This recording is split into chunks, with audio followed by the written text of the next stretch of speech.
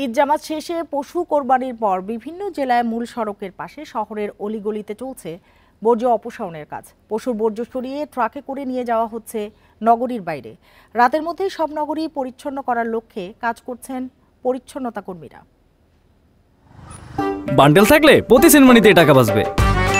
বিকাশ send money bundle কিনে জিতুন প্রতি লেনদেনে।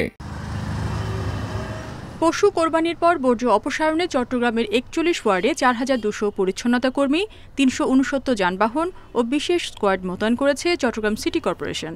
মহানগরীকে দুই ভাগে ভাগ করে আরিফিন নগর এবং হালি শহরের ডাম্পিং স্টেশনে বর্জ্য পাঠানো হচ্ছে। কাজের সুবিধায় সামাজিক যোগাযোগ মাধ্যমেও প্রচারণা চালাচ্ছে সিটি কর্পোরেশন। এই শহরটা আসলে আমাদের সবার শহর এবং দায়িত্ববান হতে হবে এবং এই শহরটাকে সুন্দর রাখার জন্য, বিশেষ করে সামনে যেহেতু বর্ষাকাল আসছে, জলাবদ্ধতা আমাদের মূল সমস্যা। কাজে এই মুহূর্তে কোনো ময়লা আবর্জনা ফেলে যাতে আমরা নালাগুলোকে নষ্ট না করি। ঈদের দিন দুপুরের পর থেকে বর্জ্য অপসারণ শুরু করে রাজশাহী সিটি কর্পোরেশন। রাতের মধ্যেই শহর পরিচ্ছন্ন করার লক্ষ্য তাদের।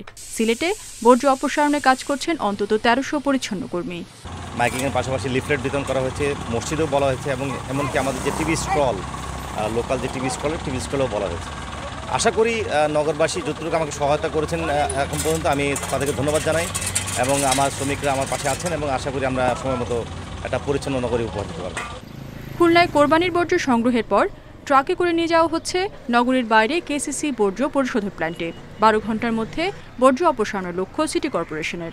প্রয়োজনীয় পরিষ্কার পরিচ্ছন্নতার জন্য আমাদের কনজারভেন্সি ডিপার্টমেন্ট সক্রিয় আছে, সবাই থাকবে। আশা করি ১২ ঘন্টার মধ্যে আমরা সব পরিষ্কার পরিচ্ছন্নতা সম্পন্ন করতে পারব। বরিশালে ৩০টি ওয়ার্ডে পশু জবাইয়ের জন্য ২০২টি স্পট নির্ধারণ করে দেয় সিটি কর্পোরেশন। প্রায় ১,০০০ পরিচ্ছন্ন কর্মী ব্যস্ত বর্জ্য অপসারণে। রেশমি নন্দী, ইন্ডিপেন্ডেন্ট নিউজ। বর্জ্য পরিষ্কারের খবর জানাতে চট্টগ্রাম ও রাজশাহী থেকে যোগ দিয়েছেন সহকর্মীরা। শুরুতেই চলে যাচ্ছে চট্টগ্রামে, সেখান থেকে যোগ দিয়েছেন সহকর্মী অনুপম শীল। অনুপম, বলবেন যে চট্টগ্রামে এখন বৃষ্টি হচ্ছে কিনা আর এর মধ্যে বর্জ্য অপসারণ কি কঠিন হচ্ছে?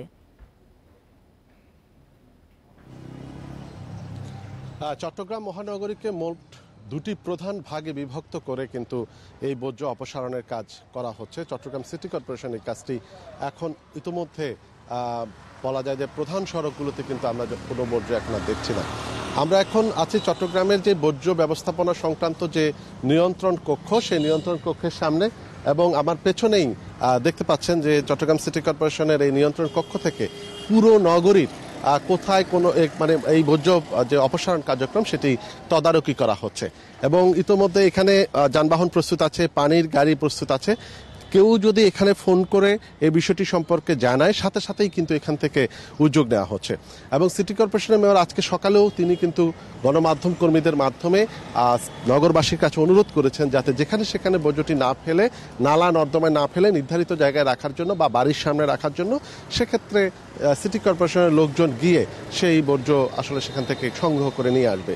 আমরাও দেখছি যে প্রায় প্রত্যেকটি বড় বা মূল রাস্তা যেগুলো আছে সেখানে কিন্তু এখন বর্জ্য নেই এবং সেখানে ইতিমধ্যে বর্জ্য পরিষ্কার করে ফেলা হয়েছে।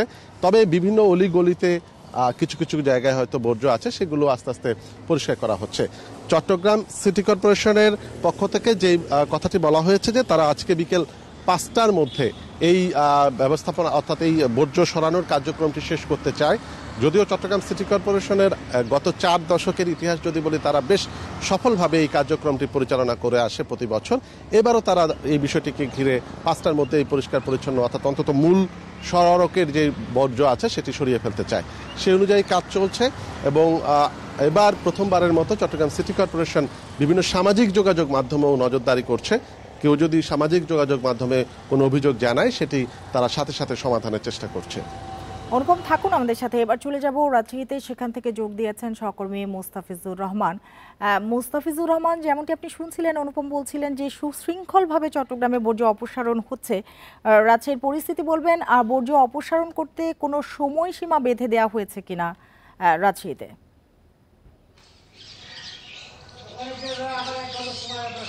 হ্যাঁ, রাজশাহীতে কিন্তু রাজশাহী যে 30টি ওয়ার্ডের জন্য এর আগে আমরা দেখেছিলাম যে গতকালকে রাজশাহী সিটি কর্পোরেশনের যে পরিচ্ছন্নতা বিভাগ রয়েছে তারা একটি মিটিং করেছিল এবং সেখান থেকে তাদের একটি মনিটরিং সেল করা হয়েছে এবং প্রত্যেকটি ওয়ার্ডে 3টি করে ভ্যান কাজ করছে এবং রাজশাহী মহানগরীতে যেহেতু 30টি ওয়ার্ড সেই হিসাবে প্রায় 90টি ভ্যান রয়েছে এবং এখানে এর সাথে সংশ্লিষ্ট প্রায় 1200 কর্মীর ছুটি কিন্তু বাতিল করা হয়েছে এবং তারা কাজ করছেন এবং সিটি কর্পোরেশনের পক্ষ থেকে যে বিষয়টি বলা হয়েছে তারা 12টা বলা হয়েছিল, কিন্তু দেখা গেছে যে একটার পরে থেকে সিটি কর্পোরেশনের যারা পরিচ্ছন্নতা কর্মী রয়েছেন তারা কিন্তু মাঠে নেমেছেন এবং মহাসড়কে যেগুলোতে মূলত কোরবানি দেওয়া হয়েছে পশুর গোবর থেকে শুরু করে যে উচ্ছিষ্ট যেগুলো রয়েছে সেগুলো কিন্তু তারা নিয়ে আসছেন এবং শুধু এখানে যে সিটি কর্পোরেশন একাই কাজ করছেন ঠিক এমনটি নয়, এখানে অনেক ক্ষেত্রে দেখা গেছে যে নগরবাসী যারা রাস্তার ধারে পশু জবাই দিয়েছেন ঠিক তারাও কিন্তু কোনো এক জায়গায় তাদের আবর্জনাগুলো সরিয়ে রেখেছেন এবং যেখানে করেছিল সেখানে পানি ঢেলে দিয়ে বা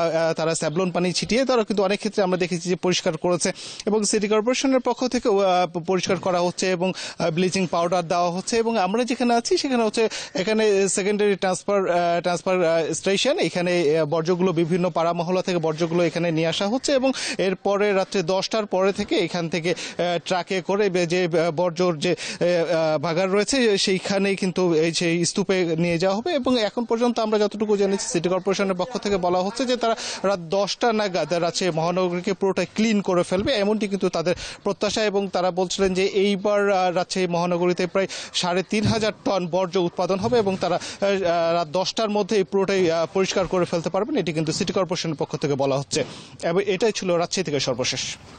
রাজশাহী ও চট্টগ্রামের বর্জ্য অপসারণের খবর জানাচ্ছিলেন সহকর্মীরা।